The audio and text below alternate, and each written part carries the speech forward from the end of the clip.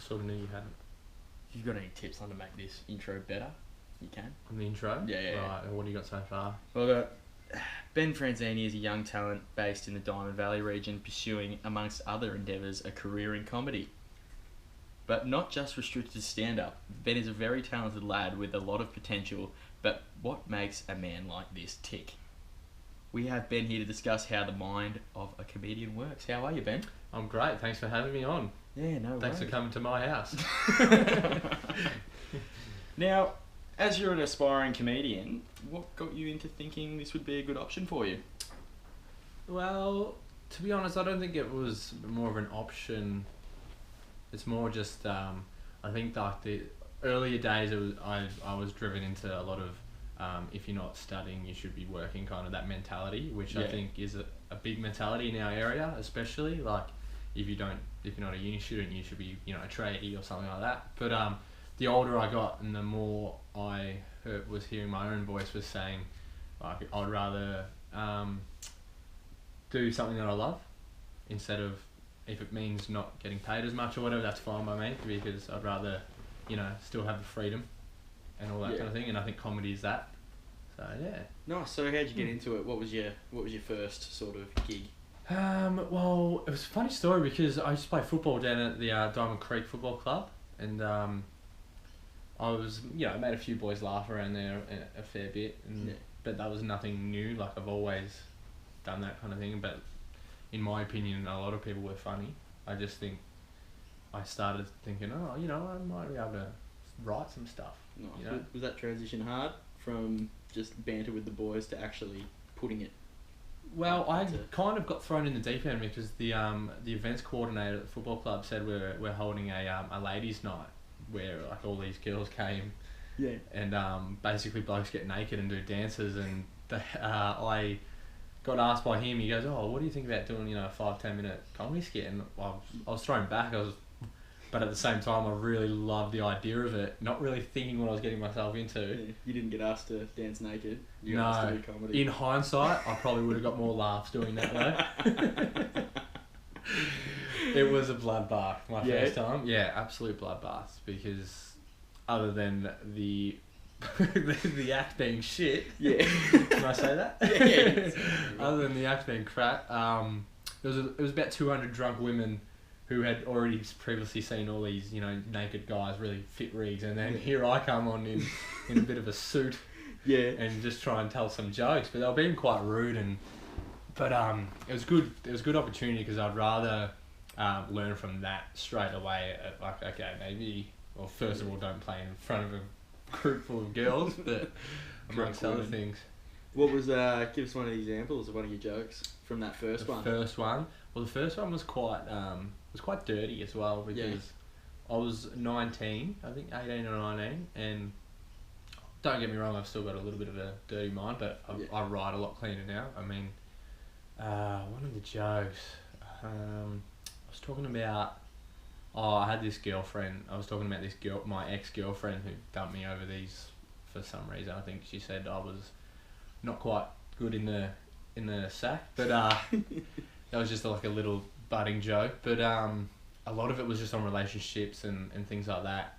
I think I had a couple of serious jokes in there. Like, this is a while ago, I can't really remember, but when I read over it just recently, I thought, wow, like, I've definitely come a long way just in terms of writing. Like, it was a lot of swearing and stuff like that. I thought that was funny at the time, but I think the more you get to know yourself and the more you write, you don't quite need to swear. I mean, I've got a couple of swear words, but I can use them now for a bigger laugh sort of thing, because it's more of an exclamation point. Whereas if you're just always swearing, kind of rubs off on the audience. So. Okay, so after that, what was more of your defining moment where you sort of came into your own as a comedian? Well, I didn't do anything after that for nearly a year. Like, I was like, okay, like, I was writing a lot still, but I was like, okay, that was because it was a very tormenting experience. It was quite scary. But then again, one of the events coordinators at the cricket club, he was like, I'm friends with his younger brother, and he was telling him how I've been writing a lot still, and blah blah blah. So they had this this day down at the club, and then they asked me again to get up, and I said yes. I thought, like, this would be the push I kind of need to get up and do it. So I did that, and that was pretty good. I was pretty happy with that second performance because it was a lot, not only cleaner, but we got a good response from a lot of the blokes, which I So thought more was of a good. bloke crowd than rather drunk Yeah, women. yeah, it was a lot. It was a blokey crowd, that's for sure. I think It was that's a lot harder to please. Well, originally I thought, because I knew so many people, that they were going to, give me an easy time because, they know me, blah, blah, blah. But looking back, I think it's actually harder to perform in front of people, because I think there's a little bit more pressure on you, and if a joke's not funny, they're not going to laugh just because they're friends with you. Yeah. So when I was getting a good reaction from them, I thought, this is actually, I can do this kind of thing. So, yeah. Nice. So, apart from all your friends having an influence on you, have there been any other factors such as family, like just joking around, sort of running the family? Oh, definitely. Like, I'm the youngest of four, which I think has helped. Yeah. Because growing up, I was quite pudgy, and my two older brothers especially let me know about that a lot. And I think I got a lot thicker skin from that. Really grown up from that, and a lot of banter. We have a big extended family, and uncles and aunties, and we have a lot of banter. I mean, my dad's pretty funny. He's always made people laugh, even if he's telling the same jokes over and over, which can get quite boring. But yeah, dad jokes. But when people are hearing it for the first time, they think it's hilarious, and then you kind of forget that it actually is pretty funny, but you've just heard it a lot. So definitely family. Wouldn't say my mother's hilarious, but she's actually a lot of inspiration for a lot of my jokes, and she's always having a go at me about it. But I gotta keep telling her, enforcing that the jokes aren't about her; it's about the mother figure. Yeah. So I can spin a bit of mayo on it, and she'll be like, "That never happened." I'm like, "I know that didn't happen, but it was kind of something might have happened that inspired me to write something about it." And then that argument inspires another joke. Exactly, yeah, exactly She right. just doesn't Yeah, even know what she's doing. jokeception. So yeah, but she's honestly, she kind of for a while. I don't think she thinks I have it in me. But yeah, of recent times, she's actually seen that I can be funny. Where I was just annoying to her, which is true when you live with someone. It's growing up. But yeah, so a lot of family influence, definitely. Lovely. So, what's next? I understand you've been getting into a bit of sitcom writing.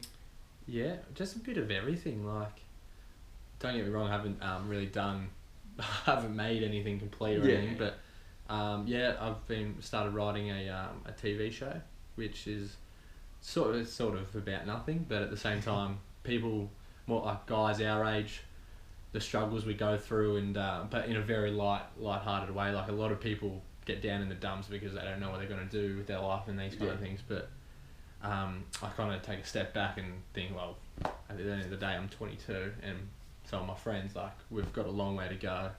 So yeah, been writing that. What would you liken it to? What sort of TV shows are you aiming at? It's sort of got a workaholics feel to it. It's got a couple different things. About being about nothing is a bit of a Seinfeldy thing, but like, let's be honest, no one can ever replicate that. That's just pure genius. So it's got a bit of that in it, a bit of workaholics. Even Parks and Recs, a lot of the newer kind of shows, like Four Friends, blah blah blah, like extended. Not too many scenes, like not too many different locations. Keeping it quite simple. And more the dialogue. I'm trying to get the dialogue to be funny. Yeah. Instead of, actions or big locations to be funny. Like, I'd just rather really keep it simple. Yeah. So I'm doing that one at the moment. I started writing a children's book, which I had to stop because I think it's irrelevant now. I was writing a book about Tony Abbott and Australian politics. It was The Adventures of Mr. Rabbit. But he was a rabbit, and there was different politicians who were different farm animals. So there was these two farms, the opposition farm and this farm. But what was Wayne's farm? Yeah, he was a swan. Oh, he was a swan. Yeah. Pretty obvious, but you want the reader to know exactly what's going on. Yeah. And I was trying to make it funny for kids, but also funny for the adults reading it, because at the end of the day, you're the one reading it. So yeah, fair call. That's a good idea. Yeah, but I stopped writing that because it's kind of irrelevant now since he's been kicked out of Parliament. and no one really gives a shit about him now. Yeah, exactly. You can't really make an animal out of Malcolm Turnbull either. Don't know what he'd be. Yeah, I think I had... What was Malcolm Turnbull? He was something. I think he might have been a bull or something like that. Yeah. Very Seems like it obvious just writes stuff. itself. Yeah, it writes itself. It definitely does, yeah. Alright. Yeah. Well, I got a little bit of a game to end off the interview. Yeah. This could probably bomb. So Yeah. we could sign off now, then do it. Yeah. And add it in as like a little bit of a... A little bit of a... How you going? Yeah. A bit of a twist. Oh, actually, well, now we have to put it in. You've spoken about it. Yeah. So. Okay. So, your last name being Ben Franzini, and you mentioning your pudginess back in school, I feel like you'd know your foods pretty well. And because it's such a specific last name, there's actually a lot of different foods that rhyme with your last name, and I just want to know how much you know your rhyming foods. So, I'm going to get you to chuck this on. Lovely. Just tuck it into your hat or something. Yeah. Yeah,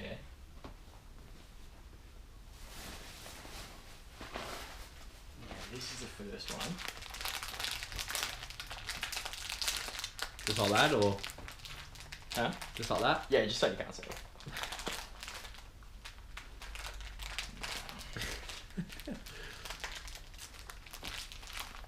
Should probably got this out of the packet first.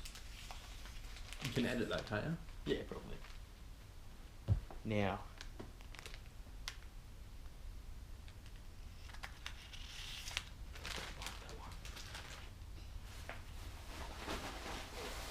Oh, they're all different bags. Did you want to stop and then Yeah. get it already? Should probably done that at the start. Just realised I bought spaghetti. Oh, did you see what this one was? I just still don't know what it is, Okay. but Alright, this is the first one. do I eat it or just feel it? You can do what you want.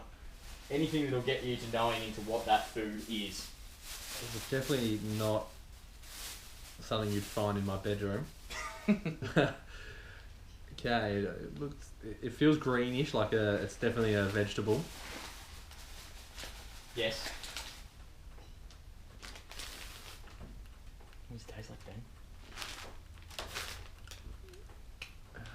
What is that? It's a what's it call it?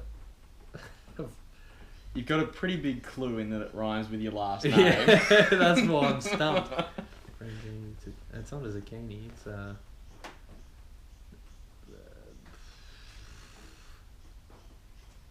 I've gone blank. Just take a punt. Well, it tastes like shit. So it must be good for you. It's a... I don't know. You give up? Yeah. Alright, 1 point to me. That is a broccolini. A broccolini. I was going to say broccoli, but it doesn't... No, it's different because it's like, have a look at it. It's not your regular brock. Oh. It's broccolini. It's a Well, mixture of the that's why I two. couldn't get it, because I've actually never really... I thought it was broccoli. I didn't... Yeah, I'm not retarded. Alright, Alright, that's the that first one. one down. Now, this one is pretty simple. I'll just get you back into the game with this because it's 1-0 my way at the moment. I'll win this. There you are.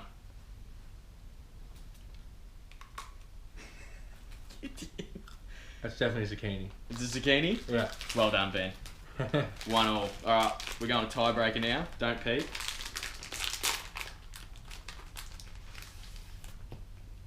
Alright. This is the next one. That tastes like shit.